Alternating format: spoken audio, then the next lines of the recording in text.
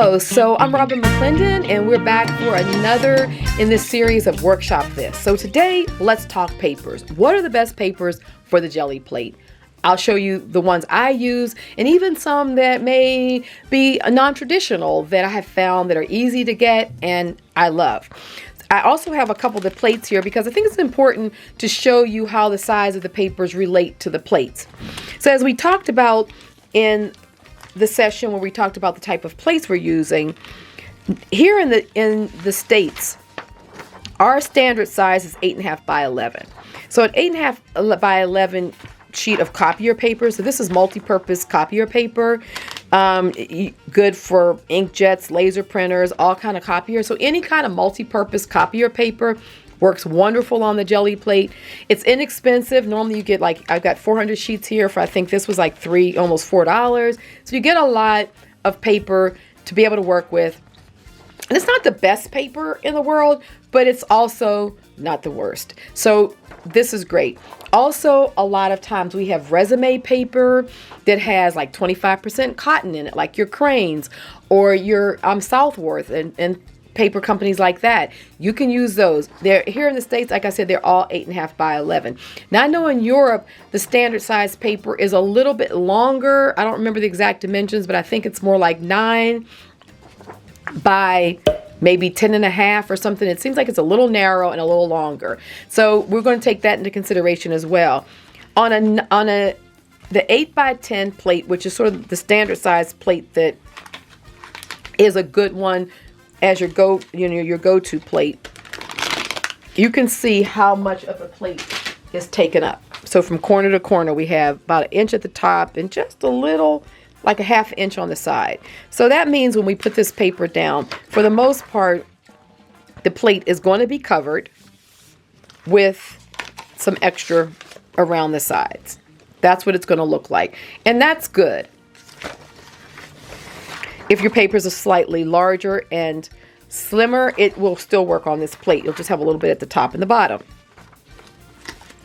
Also, just to give you an idea, if you're working on, let's say, the 6 by 6, you can see where the overlap is going to be.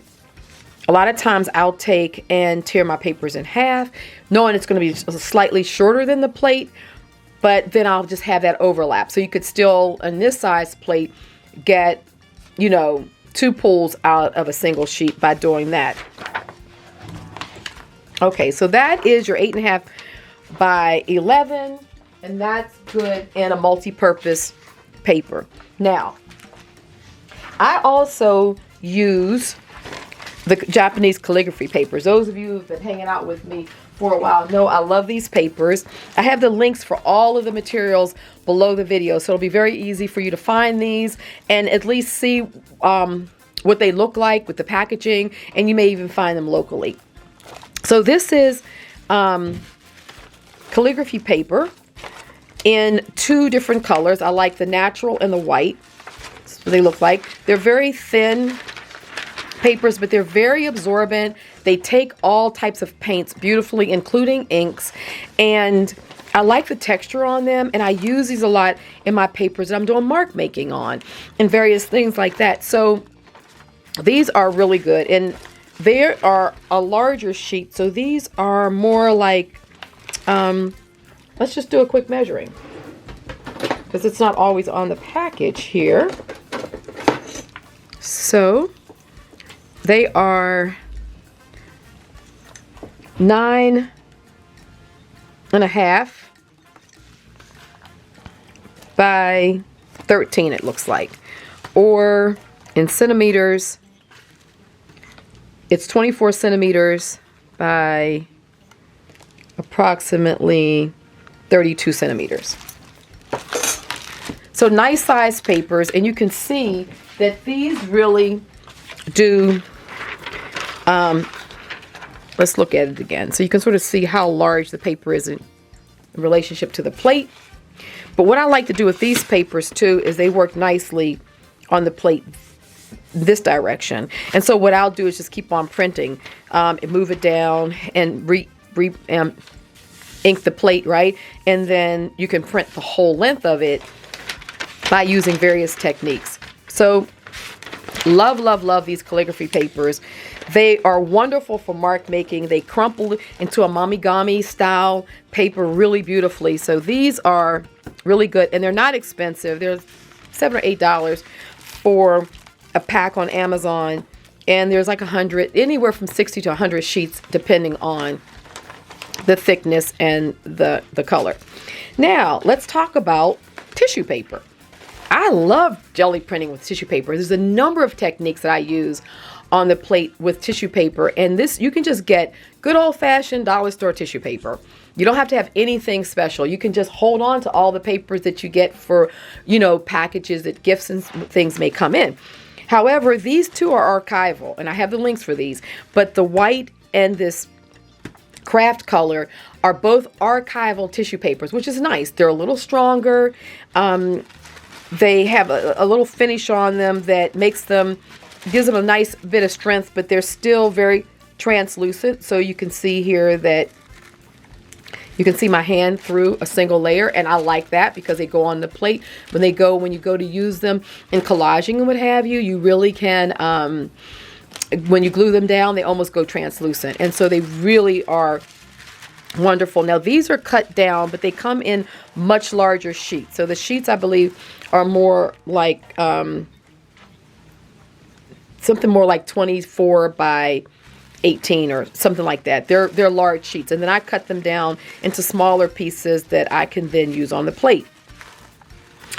This is another one that I love.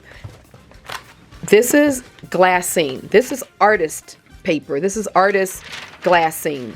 So it's not your traditional, like when you just think of Glassine bags. It's a little different quality to that, but it prints so beautifully on the jelly plate. And though it seems like it has this waxy surface, it really isn't. And it glues down really nicely. So it's not something that you can print on and then you're thinking, oh my goodness, how will I actually be able to glue that? This I love. Here again, I ordered this online. You get a lot of sheets of it for the money, and it's really a beautiful paper to print on. And then last, any kind of vintage ephemera that you come across is great. I love using Kraft paper, and then you can use the new too. A lot of this is just vintage stuff, but you know, you can find the newer Kraft papers. I have links for new pads and things like that that you can get that are not a lot, and you can also definitely look for vintage papers. So even if you find a few like this, grab them.